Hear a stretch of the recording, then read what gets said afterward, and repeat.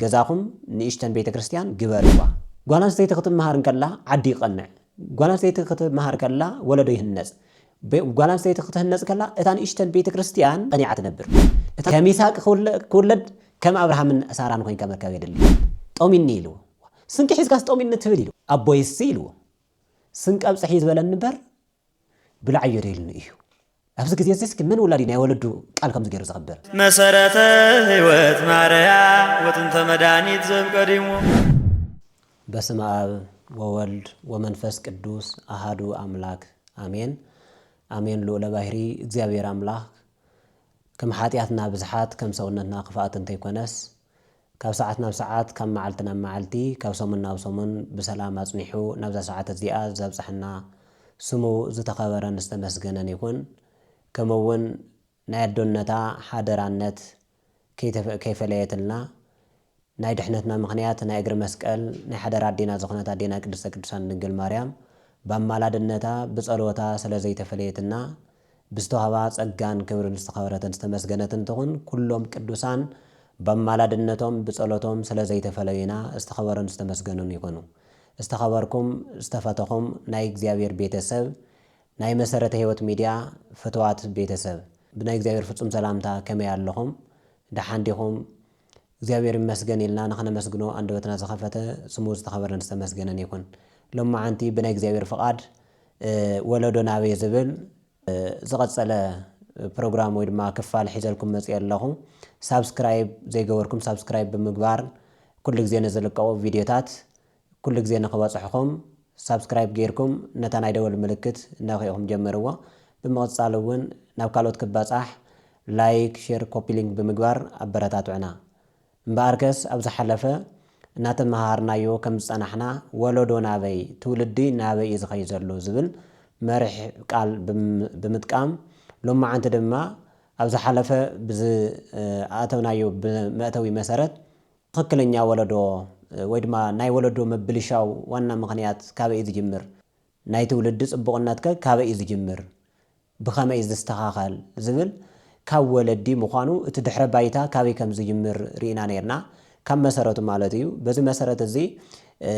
ወለዲ ናይ ትውልዲ ኩሉ መሰረት ምዃኖም ናይ ህይወት ቅድስና ናይ ህይወት ጽቡቕ መንገዲ ካብ ወለዲ ካብ ገዛ ከም ዝጅምር ወለዲ መጀመርያ ብመንእሰይነቶም ዝነበሮም ህይወት ቀጺሎም እውን ምስ ተመርዐው ዘለዎም ህይወት ምስ ወለዱ ቅድሚ ኣብ ጽንሲ ሰዓት ዘለዎም ህይወት እንታይ ዓይነት ከም ዝኾነ እንታይ ከም ዝመስል ርኢና ነርና ማለት እዩ በዚ መሰረት እዚ ሕዚ እውን ኣብኡ ከይወፃና ወለዲ ኣብ ወለዶ እንታይ ዓይነት ስራሕ ክሰርሑ ይኽእሉ ወለዲ ኣብ ገዝኦም ንወለዶኦም ከመይ ገይሮም ክሃንፁ ይኽእሉ ዝብል ክርኢ ከለና መጀመርያ ቅዱስ ዮሃንስ ኣፈወርቅ ነዚያ መልኪቱ ንናይ ሎማዓንቲ ትምህርትና እውን መሪሕ ኮነና ከምዚ ይብል ገዛኹም ንእሽተን ቤተ ክርስቲያን ግበርዋ ይብል ገዛኹም ንእሽተን ቤተ ክርስቲያን ግበርዋ እዚ ማለት እታ ንእሽተን ቤተ ክርስቲያን ኣብ ገዛና እያ ዘላ ናይታ ንእሽተን ቤተ ክርስቲያን መማሓደሪት ፍልይ ብዝበለ ድማ ኣዶ እያ ይብል ሰብኣይ ናይታ ዓባይ ቤተ ክርስቲያን ናይ ቤተ ክርስቲያን ማለት እዩ ኩሉ ሰብ ዝእከበላ ናታ መማሓደሪ ካህን ኮይኑ ከመሓደር ከሎ ኣዶ ድማ ናይታ ንእሽተን ቤተ ክርስቲያን ማለት እውን ናይታ ንእስቲ ስድራ ምስ ደቃ ኮይና እተመሓደራ ማለት እዩ ናይታ ንእሽተን ቤተ ክርስቲያን መማሓደሪት እያ ኣዶ ማለት እዩ ነዚ እዩ ኣዶ ክትመሃር ኣለዋ ሎሚ ክትቅድስ ኢድኻ ክትውድስ እናተባህለት ጓል ኣንስተይቲ ንኸይትመሃር ብዝተፈላለዩ መልክዑ ጽዕንቶ ዝበጽሕ ዘሎ ብዘይምርዳእና እዩ ስለምንታይ ጓል ኣንስተይቲ ክትመሃር ከላ ዓዲ ይቐንዕ ጓል ኣንስተይቲ ክትመሃር ከላ ወለዶ ይህነጽ ጓል ኣንስተይቲ ክትህነጽ ከላ እታ ንእሽተን ቤተ ክርስቲያን ቀኒዓ ትነብር እታ ንእሽተን ቤተ ክርስቲያን ክትቐንዕ ከላኻ እታ ዓባይ ቤተ ክርስቲያን ብፍሉይ መልክዑ ማዕሪጋ ዝቐርብ ዝቕድስ ካህን ዝኸውን ዘገልግል ናብ እግዚአብሔር ዝቐርብ ንእግዚአብሔር ዘሐጉስ ወለዶ ይፍጠር ኣፍታ ቤተ ክርስቲያን እውን የገልግል ማለት እዩ ስለዚ ሎማዓንቲ ኣምላኽ እግዚአብሔር ንወለዲ ሓላፍነት ዝሃቦም እንታይ እዩ ዝብል ከም መጽሓፍ ቅዱስ መሰረት ብምግባር ክንመሃር ከለና ኣብ ኦሪት ዘዳግም ምዕራፍ 6 ካብ ቁጥሪ 6 ክሳብ 7 ዘሎ ከምዚ ይብል እዚ ቃላት ይብል ንደቅኻ ብትግሃት መሃሮም ኣብ ገዛኻ ኮፍ ክትብል ከለኻ እውን ኣብ መንገዲ ክትኸይድ ከለኻ እውን ተዛረቦም እዩ እዚ ቃላት እንታይ ይብል እግዚአብሔር ንነብይ ሙሴ ኣዛዝነት ሂቡ ነብይ ሙሴ ከም ዝፀሓፎ ኣብ ኦሪት ዘዳግም ምዕራፍ 6 ካብ 6 ቁጥሪ ክሳብ 7 ዘሎ ክትኸይድ ከለኻ እውን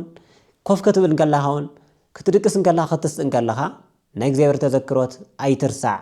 ንደቅኻ ሃቦም ብትግሃት እውን መሃሮም ኣብዚ ገዛኻ ኮፍ ክትብል ከለኻ ክትወፅእ ከለኻ ክትድቅስ ከለኻ ኣብ መንገዲ ይኹን ድማ እንታይ ግበር መሃሮም ንገሮም ተዛረቦም ኣምህሮም እዩ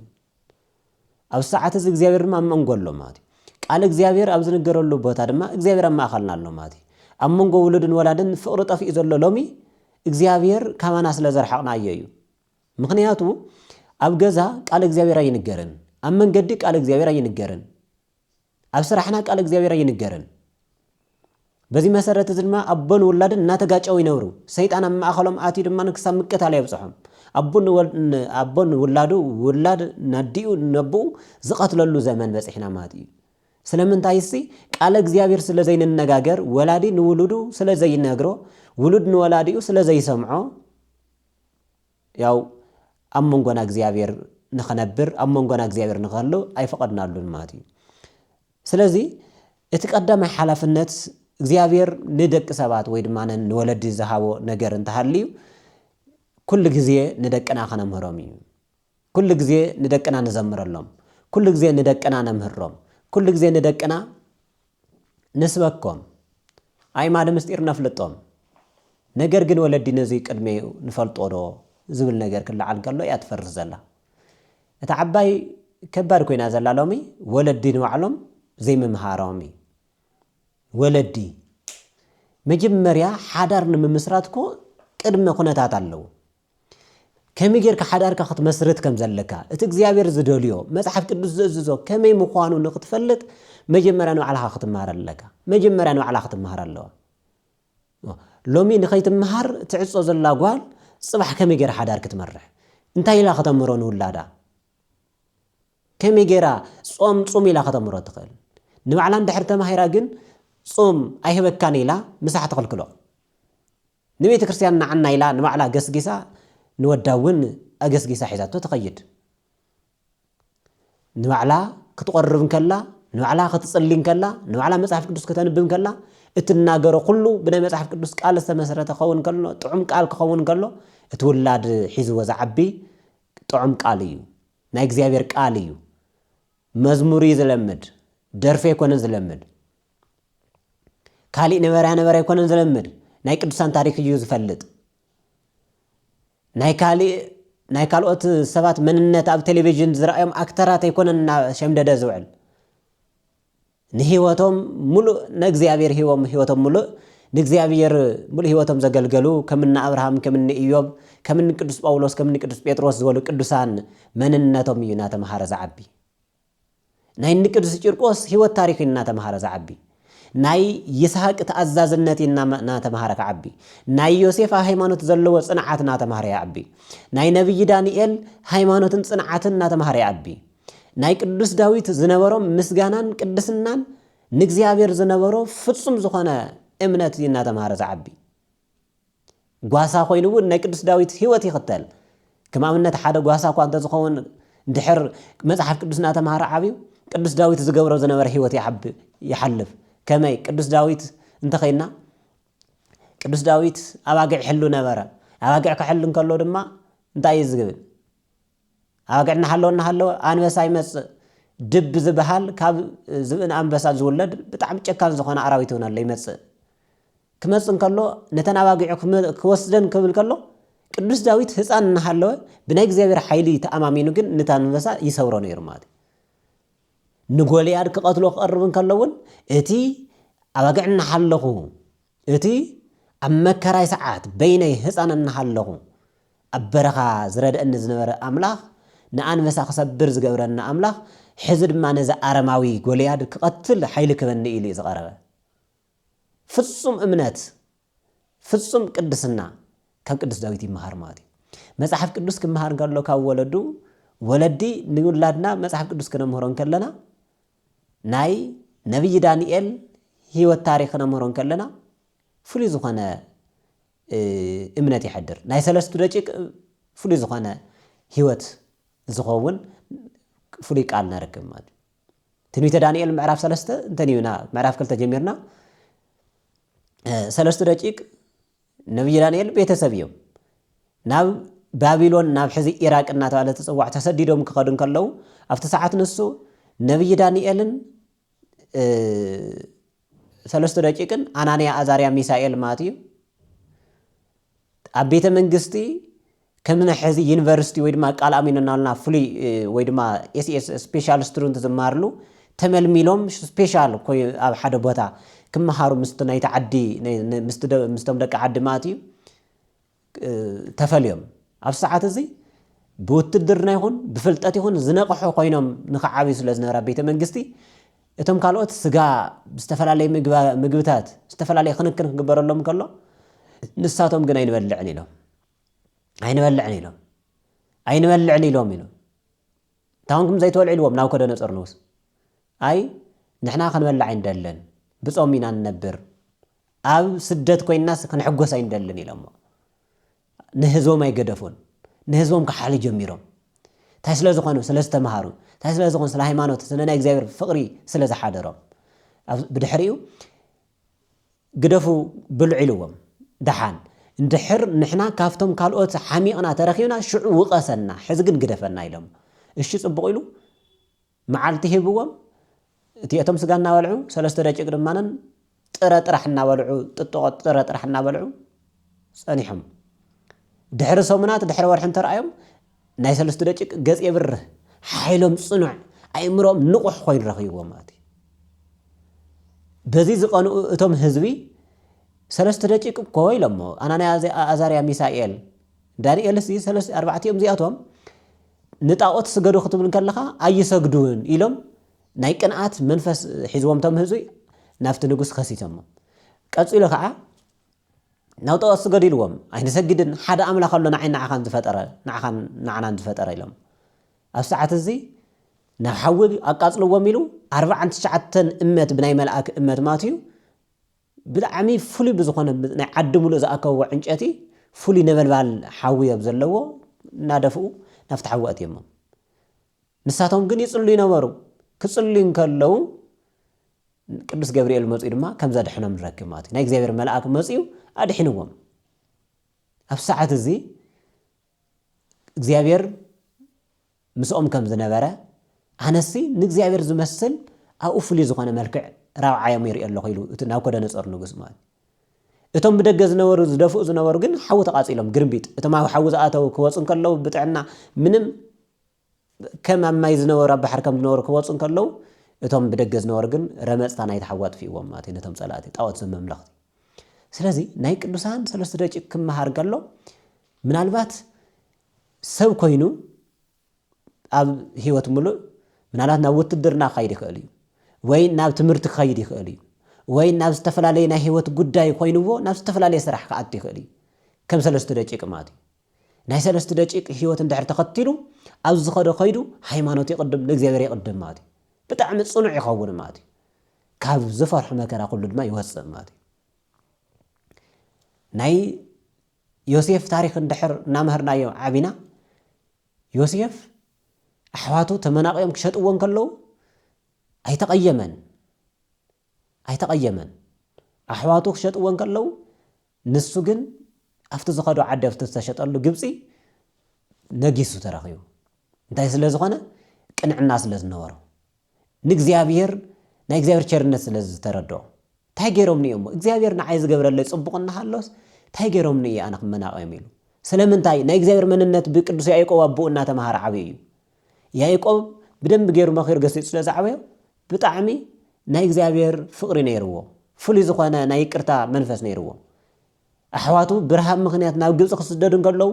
ረኸብክዎም ኢሉ ክቐትሎም ኣይሓሰበን የግዳስ ክዳን ጫማ ዝብላዓት ሒዙ ይሰደዶም እንዲኦም ንዑናባ ኢሉ እውን ናብ ግብፂ ሒዝዎም ወሪዱ ብዮሴፍ ምኽንያት ኩሎም 12 ነገድ እስራኤል ምስ ኣቦኦም ከቢሮም ኣብ ግብፂ ማለት እዩ ስለዚ ከም ቅዱስ ዮሴፍ ናይ ይቅርታ ህይወት ክንለምድ ወይ ክለምዱ ደቅ ወለዶ በእስ ዝበሃል ንኸይለምዱ ካብ ቂም በቀል ንኽወፁ ናብ እግዚአብሔር ኩሉ ግዜ ክልምኑ ከም ቅዱስ ዮሴፍ ናይ ቅዱስ ዮሴፍ ታሪክ ምርዳእ ወይ ድማ ምምሃር የድልዮም ማለት እዩ ናይ ዮሴፍ ታሪክ ምምሃር የድልዮም ዮሴፍ ሰበይቲ ጲጥፋራ ረኸብኩ ኻይላ ክዳኑ ክትሕዞን ከላ እንታይ ዝበላ ብዝሙት መንፈስ ንኸይሽነፍ ጲጥፋራ ሰብኣይ ክንተ ዘይረኣየንስ እግዚአብሔር ኮ ይርአነ ኣሎ ኢሉ ማለት እዩ ጲጥፋራ ንኹሉ ክሰርሕ ስልጣን እንትህበኒ ንዓኺ ግን ስልጣን ኣይሃበንን ኢልዋ ኣብ ልዕለይኺ ስልጣን ኣይሃበንን ስለዚ ሕጊ ከፍርስ ኣይደልን ብኣውርኡ ድማ እግዚአብሔር ይርአነ ኣሎ ኢሉ እግዚአብሔር ይርአነ ኣሎ ዝብል ኣብ ቦትኡ ዝርከብ ወለዶ ንኽፈሪ ናይ ዮሴፍ ታሪክ ምርዳእ የደሊ ናይ ዮሴፍ ታሪክ ክርዳእ እንከሎ ናይ እግዚአብሔር ሓይሊ ናይ እግዚአብሔር ፍቓድ ናይ እግዚአብሔር ድልየት ናይ እግዚአብሔር ቅድስና ናይ እግዚአብሔር ንኹሉ ዝርኢ ምዃኑ ናይ እግዚአብሔር ፈራዲነት ይርዳእ ኣይኮነንዶ ንኻሊእ ኣይኮነንዶ ንወለዱ ንኻሊእ እውን ኣይብድልን ዮሴፍ ባቦኡ ዝተኸበረ ነይሩ ናቦኡ ዘኽብር ነይሩ ስንቂ ሒዙ ናብ ኣሕዋቱ ክኸይድ እንከሎ እንታይ ዝበለ ብጣዕሚ ዝገርም ኣነ ክትረኽ እንከሎ እዚ ታሪክ እዚ ንመዓት ዘምፀልካ ማለት እዩ እንዲኦም መጀመርያ ክትርኾ ይግበኒ ነይሩ ዮሴፍ መጀመርያ ቅድሚ ኣሕዋቱ ምሻጦም ብውህነት መንፈስ ስንቂ ከውፅሐሎም ንወዱ ናቦኡ ተኣዚዙ ናፍቲ ኣሕዋቱ ዝነበርዎ በረኻ ኸይድ እንከሎ ንኣሕዋቱ ዝነበርዎ ቦታ ዝጓሲሉ ዝነበረ ቦታ ስለ ዝቐየሩ ስኢንዎም 3 መዓልቲ ዝኣክል ዮሴፍ ስንቂ ተሸኪሙ ጾሙ ውዒሉ ሓዲሩ መን ውላዱ እስኪ ከምዚ ዝገብር ኣብዚ ግዜ እስኪ መን ውላዱ ናይ ወለዱ ቃል ከምዚ ገይሩ ዘኽብር ዮሴፍ እዚ ምስ ገበረ ያው በረኻ ንበረኻ ተንከራቲቱ ንኣሕዋቱ ስኢንዎም ብርሃብ ምስ ወደቐ መልአክ ሓደ ሽማግለ መሲሉ መፂኡ እንታይ ኮይንካ ዳ ኢልዎ ጦሚኒ ኢልዎ ስንቂ ሒዝካስ ጦሚኒ ትብል ኢልዎ እሞ ኣቦይሲ ኢልዎ ስንቂ ኣብፅሒ ዝበለኒ እምበር ብላዕዮ ደይልኒ እዩ ሕሰብዎ እሞ ከመይ ዓይነት ኣዛዝነት ከመይ ዓይነት ይውህናን ቅድስናን እዩ ኣቦይሲ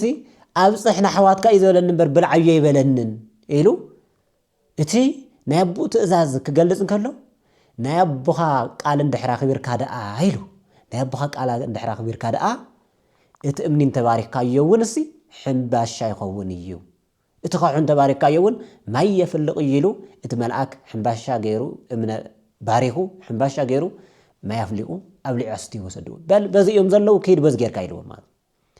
ሕዚ እውን ናይ ዮሴፍ ህይወት ንረኣዮ እቲ ንጹህ ዝኾነ ዮሴፍ ብውህና ብቅድስና ናብ ኣሕዋቱ ብማዕዶኽ ምስ ረኣዮም ናፊቕዎም እናሰሓቐ ኸይድ እንከሎ ክሳዕ ሰላም ዝብሎም እቶም ተንኮለኛታት ኣሕዋቱ ግን ንኽወቕዕዎ ንሱ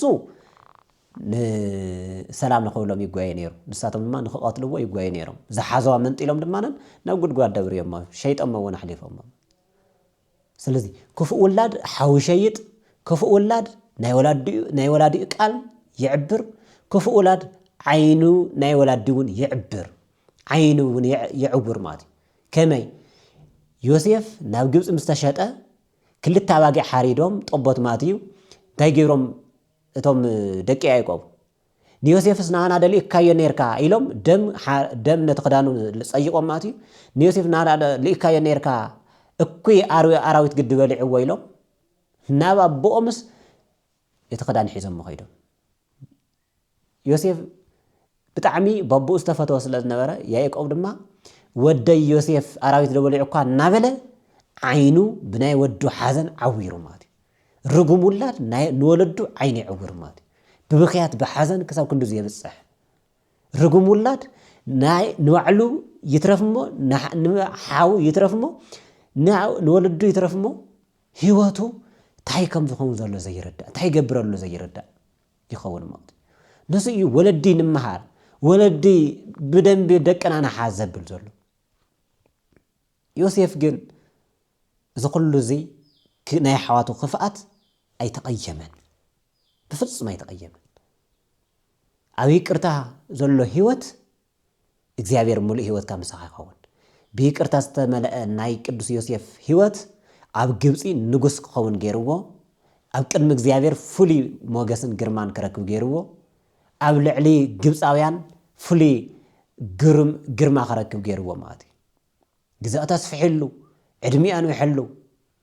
እቲ ዝደልዮ ዝሓስቦ ኩሉ እውን ኣፈፂምዎ ንሱ ጥራሕ እውን ኣይኮነን ካብ ወለዱ ዝተምሃሮ እዩ ካብ ወለዱ ዝተምሃሮ ካብ መን ካብ ያዕቆብ ካብ ራሄል ኣድዩ ዝተምሃሮ ቅዱስ ያዕቆብ ካብ መን ተማሂርዎ ካብ ይስሐቅ ካብ መን ተማሂርዎ ካብ ኣቦኡ አብርሃም ዝነበረ ቅድስና ካብ ወለዱ ክሳዕ ምፍላይ ንእግዚአብሔር ክብል ካብ ወለዱ ካብ ቤተሰብ ካብ ዓዱ ኩሉ ተሰዲዱ አብርሃም ነዚ እንድሕር ገይሩ አብርሃም ሙሉእ ልቢ ናብ እግዚአብሔር ምስ ተኸተለ ድማ አብርሃም ናብ ቅድሚ እግዚአብሔር ፍሉይ ዝኾነ መስዋዕት ኮይኑ ቀሪቡ ዓርከ እግዚአብሔር ተባሂሉ መላእክት መስጊኖሞ መላእክት ዓርከ እግዚአብሔር አብርሃም ደስ ይበልካ እናበሎ መስጊኖሞ አብርሃም ካብ ዝተለዓለ ንስላሴ እንግዳ ካብ ምቕባል ዝተለዓለ ንስላሴ ኣብ ገዝኡ ኣስተኣናጊዱ ንፈጣሪ ዝኣክል ብዘይ ጋሻ ኣይበልዕን ኢሉ 3 መዓልቲ ጾሙ ምስ ሓደረ እግዚአብሔር ናብ ገዝኡ ገስጊሱ ኣብ ገዝኡ ኸይዱ ከዓ ክትወልድ ኢኻ ኢልዎ ክትወልድ ኢኻ ይስሐቅ ዝበሃል ክትወልድ ኢኻ ኢልዎ 100 ዓመት ኣብ 100 ዓመቱ ድማ ንይስሐቅ ወሊዱ ይስሐቅ ድማ ናይ ኣቦኡ ተኣዛዚ ናይ ኣቦኡ መኽበሪ ናይ ኣቦኡ ቃል ዘኽብር ፍሉይ ውላድ ኮይኑ ተረኸበ ብመን ምኽንያት አብርሃም ንእግዚአብሔር ኣኽቢሩ ስለ ዝተረኸበ ሳራ ንአብርሃም ተኣዚዛ ስለ ዝተረኸበት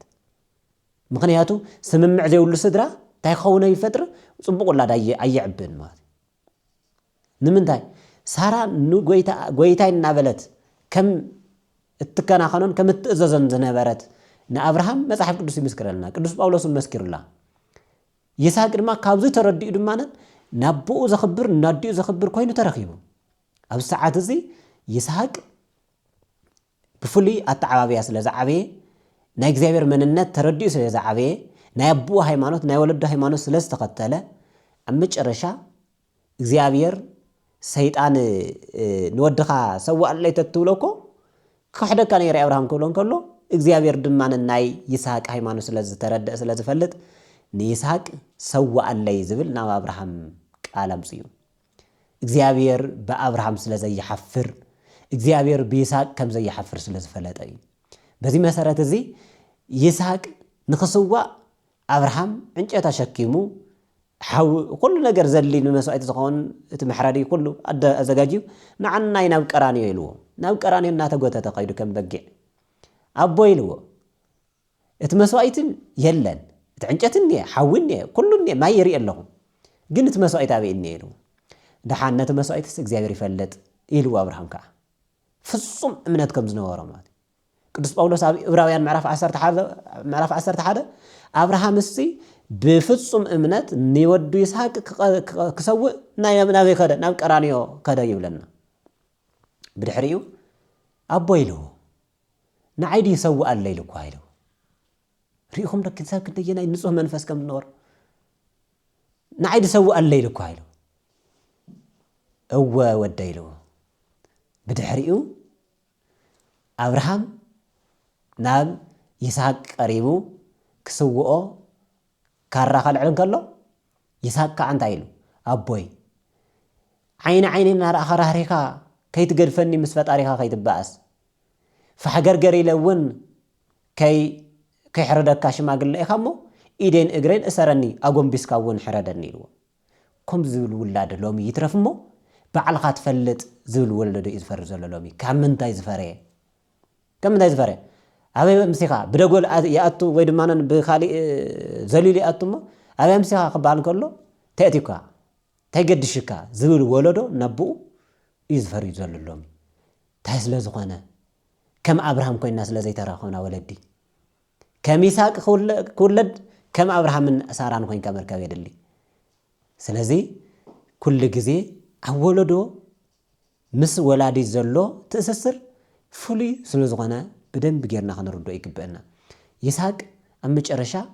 إتي فصم تأزز نتري إخزيابير نعو زتك بقيع سدلو كم متارحين هو ماتي إخزيابير كم زي زجبر بمقصال نبي تواريد لنا ماتي نبي يوسف حزوز أبي ناي يايقوب حزوز أبي ناي أبو إسحاق ما ناي أبراهام ريكم دو ولد كمنا ولا كم استحلاله نا إخزيابير أملاخ نولادنا خباره سدرانا خباره مجمريا مس إخزيابير كخونا الله تأسسرنا ركبنا مس إخزيابير كخونا الله نإخزيابير كحاوسنا نجورو زخونا عينت كيادو جن أيكونن دو نكريستيان نمان نمسون أيتأكمن في الصامي ونا يمحرن سلازي إخزيابير أملاخ أمونغنا ترخيو ولادنا خبار خلنا خنصلي ولادنا كعبيلنا خنصلي ولادنا تأزاز خون حق إخزيابير ما خبر خون كل جزء مسانا